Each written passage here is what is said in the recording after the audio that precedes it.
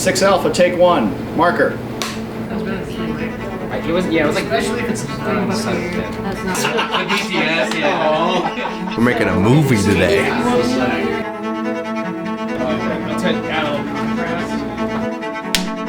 It all started like 15 years ago.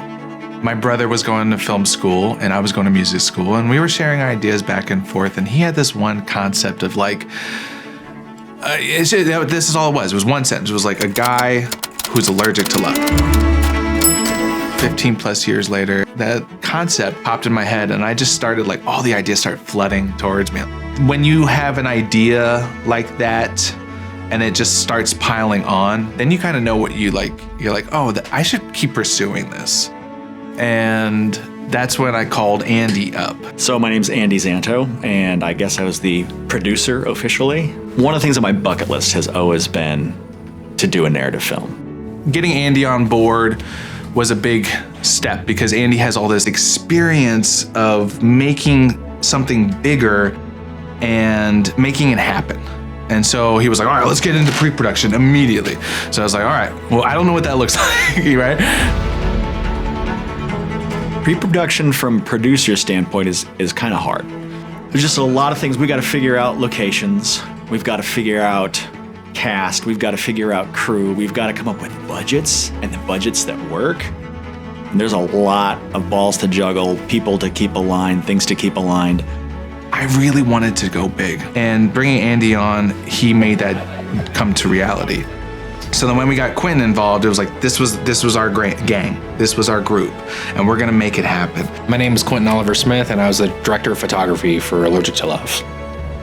As like a cinematographer, your job a lot of times is to like work within the space that you are provided and like figuring out how to make it work.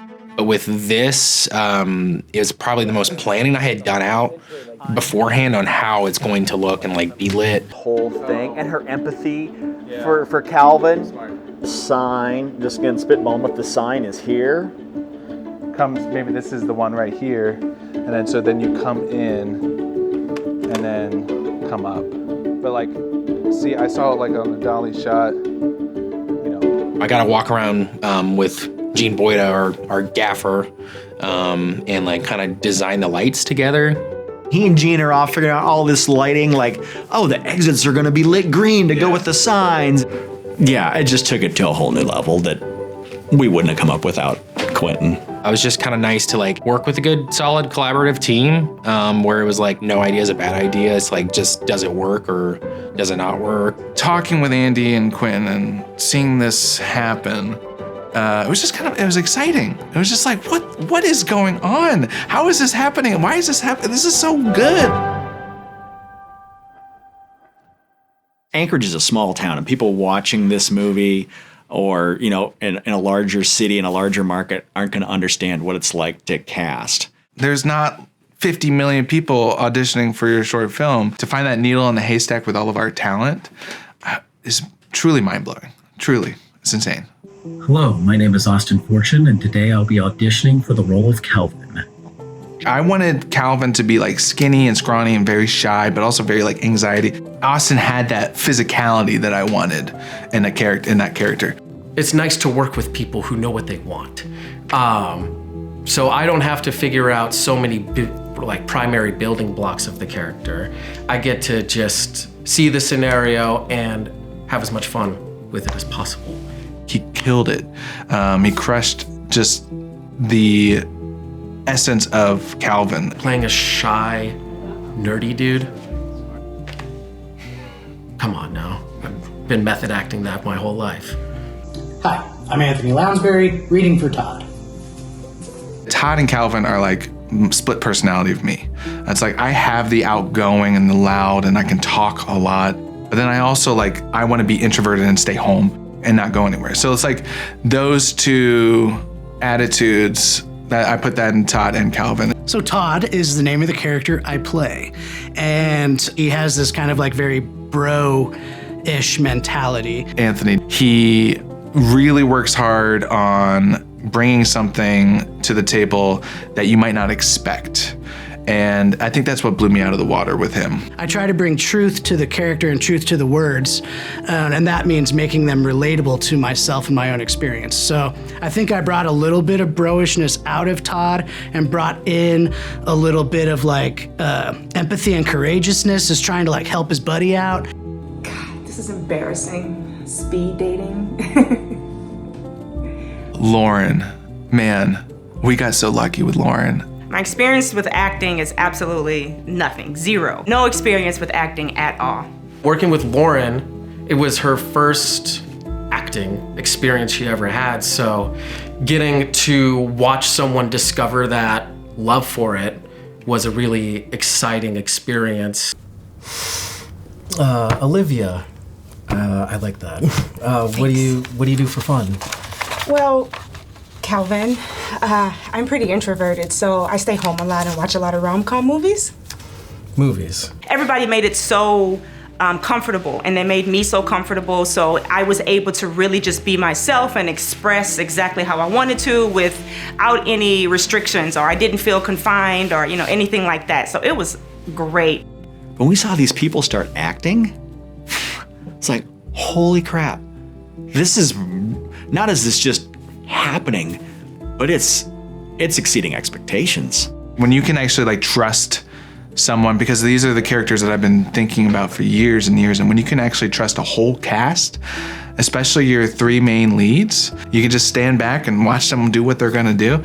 I think that was like, oh my gosh, like this makes my job so much more easier, having the talent that we did for the cast. Cut. Good. He just fucking really good.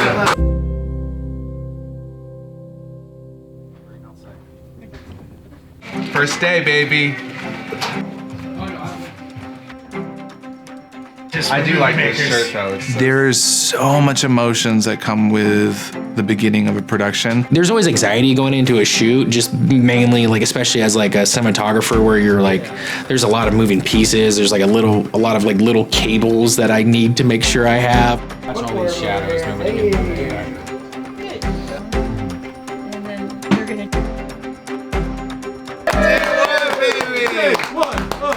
Walking in, everyone's tearing down Ginger and getting it all set up, and yeah, electric, I guess, is the word I'm gonna lean on a lot for this. Usually I say the number one priority on set is to be safe, and it is, but it's gonna be 1B. Number one priority on this set is to have fun. Like just the way the crew was into it, the way the actors were into it, what they brought to it, just their ideas, and just to collaborate with them. On this size of production, it was like everybody had a vested interest. To see a full production where everyone's pulling themselves together to really make something happen, you can't beat that. Everyone we're working with it's the chemistry is just crazy. It's wild between everybody, including the extras. It's just been an amazing experience, to say the least. One moment where it's just like, oh my goodness, it's happening. We're watching this. The lighting was just so good, and it just like, there they were, and it was like a overwhelming experience for me, because it was like, holy shit, we're making it. 9 Alpha, take 4. Action background, no whispering, mouthing only, no whispering. And action.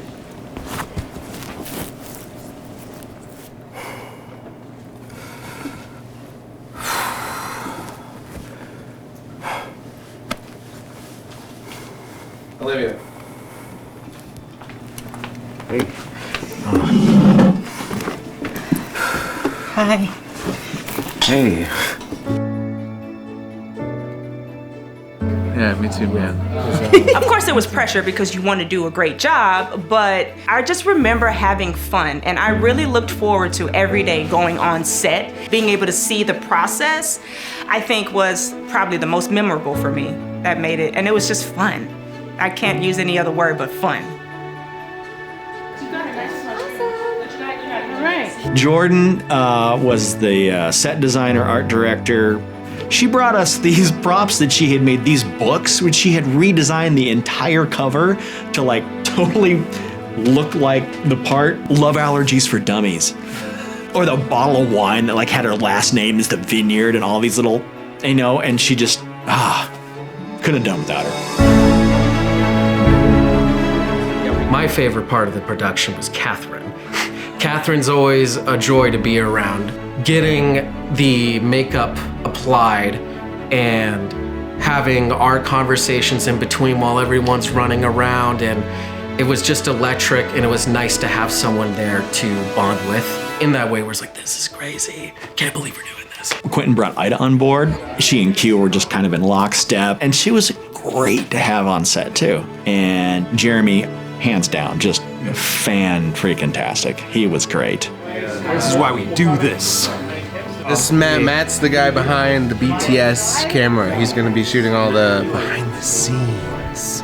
Everyone was super stellar, not only in attitude, but in their like work ethic and ability. It was just fun spending time with everyone. And then it's like, but everyone's doing their job, It's not like we're hanging out, having like fun time. It just also happens to be a super fun time, which I know from experience is not always the case.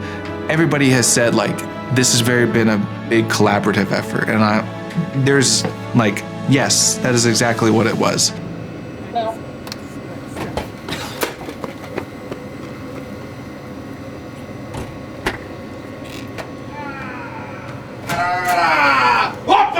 Did we get it? Did we get it? Did we get it? Is that it? I got it. Oh, I got it. It's been gotten. Yeah. Is that a wrap? Man, you gotta call that's a wrap right now. Let's do it when we have the camera rolling. Everyone hold your breath. That's a wrap! Hey! We did it! We did it! One supposedly. It's a Christmas mirror. That's beautiful. A goose for everyone. Love you, man. Congratulations. Guys, seriously, man. Great work, dude. This is awesome. Hey, babe! Come in here. Everybody gets a hug. Thank you. And a cooked goose. One cooked goose. For you, the fans. We did it. We did it. Woo! Give me a hug. Thanks, Steven. That's a wrap. Post-production, really enjoyed sitting down and editing with you. Like, it was that whole collaborative process again, like, okay, this is all working, this is great, there's this bump here, how are we gonna solve this? Well, what if we do this? We'll try this, we're gonna do that. And it's just like, again, you kind of get that high, that collaborative, creative high, so that was really cool. And then working with Florian in France. My name is Florian Seraul, and I composed the music of Allergic To Love. And when I received the material, like my first reaction, it was like the overall aesthetic of the film. I was like, wow, this looks super beautiful and coherent, and there's a world. From the beginning of when he started making the music and sending us stuff, we were like, it's insane.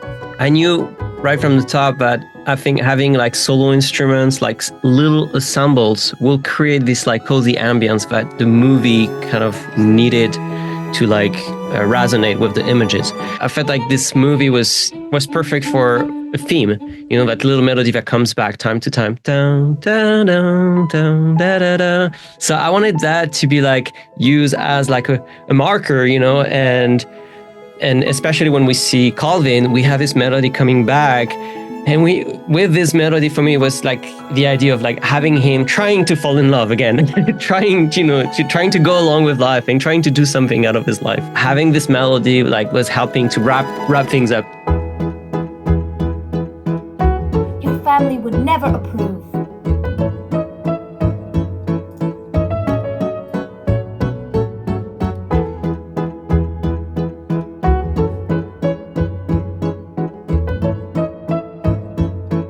This film wouldn't have been possible without the whole crew that worked on this, countless extras, people who gave to the crowdfunding.